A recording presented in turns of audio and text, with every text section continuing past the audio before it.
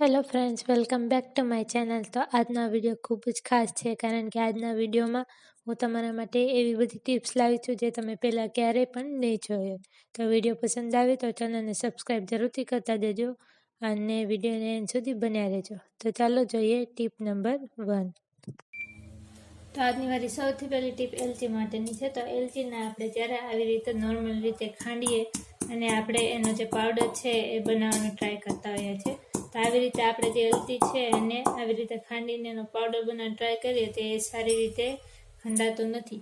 તો આ જે એલચી છે એનો પાવડર સારી રીતે અને ખૂબ જ ઝીણો પાવડર બનાવવા માટે આપણે શું કરવાનું છે કે આપણે થોડીક એલચીની અંદર ખાંડ નાખી દેવાની છે અને પછી આપણે જે આ ખાંડ અને એલચી છે એને આવી રીતે પીસી લેવાની છે.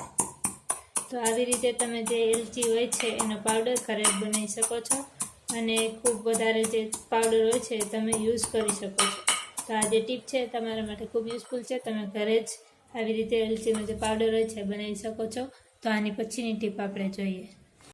તો નેક્સ્ટ ટીપ મારી જે તેલની બોટલ હોય છે એના માટેની છે. તો આપણે જ્યારે તેલની બોટલની અંદર તેલ ભરીએ ત્યારે જે તેલ હોય છે એ બહાર ઢોળાઈ જાય છે. તો આ જે તેલ છે બહાર ના ઢોળાય અને તેલની બોટલની અંદર જતું રહે એના માટે આપણે શું કરવાનું છે, આપણે કોઈ પણ આવી જે ચમચી હોય છે ચમચી લેવાની છે અને એને આવી રીતે તેલની બોટલની અંદર નાખી દેવાની છે. પછી આપણે હળવે હાથે જે તેલ હોય છે એને આની અંદર નાખી દેવાનું છે. તો આવી રીતે તમે ચમચી મૂકીને તેલની બોટલની અંદર તેલ નાખશો તો તમારું જે તેલ છે એ બધું તેલની બોટલની અંદર જતું રહેશે અને થોડું પણ બહાર નીકળશે નહીં. તો આ જે ટીપ છે એ પણ તમને કેવી લાગી મને કોમેન્ટમાં જરૂરથી જણાવજો. તો આની પછીની ટીપ આપણે જોઈએ. તો નેક્સ્ટ ટીપ મારી જે આ ચાકુ હોય છે એના માટેની છે. તો આવી રીતે આપણે ચાકુ વડે ક્યારેક શાકભાજી કટ કરતા હોઈએ છીએ ત્યારે જે આ ચાકુ છે એની ધાર જે છે તે જ હોય છે. તો એના કારણે આપણો જે અંગૂઠો છે ત્યાં ઘણી વખત કટ લાગી જાય છે, ચીરો પડી જાય છે. તો આપણા અંગૂઠાને કટ લાગવાથી બચાવવા માટે આપણે શું કરવાનું છે કે આપણે કોઈ પણ ચમચી લેવાની છે અને ચમચી ઉપર જે અંગૂઠો છે એને આવી રીતે રાખી દેવાનો છે.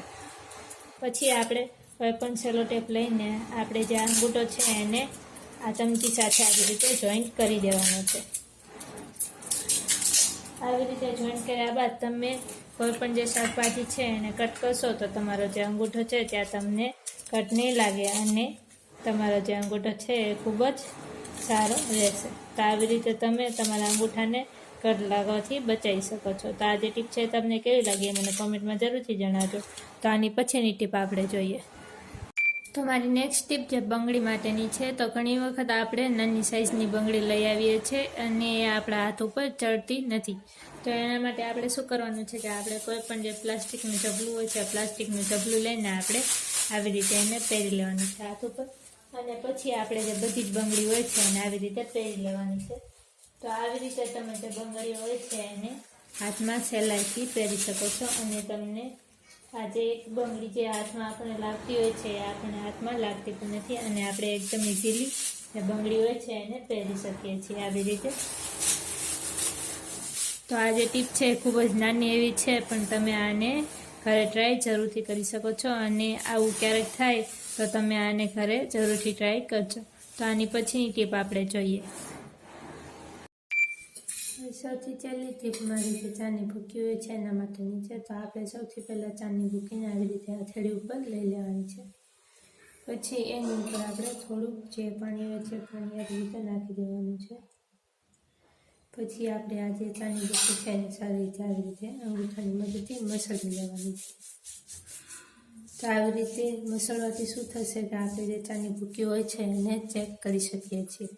આવી રીતે ચાની ભૂકીનો જે કલર છે એ બદલાય નહીં તો આપણે એવું સમજી લેવાનું કે આ ચાની ભૂકી છે એની અંદર કોઈ પણ મિલાવટ નથી અને જો એની અંદરનો જે કલર હોય છે એ બદલાઈ જાય તો આ જે ચાની ભૂકી છે એ મિલાવટવાળી છે. તો આવી રીતે તમે જે ચાની ભૂકી હોય છે એને ચેક કરી શકો છો.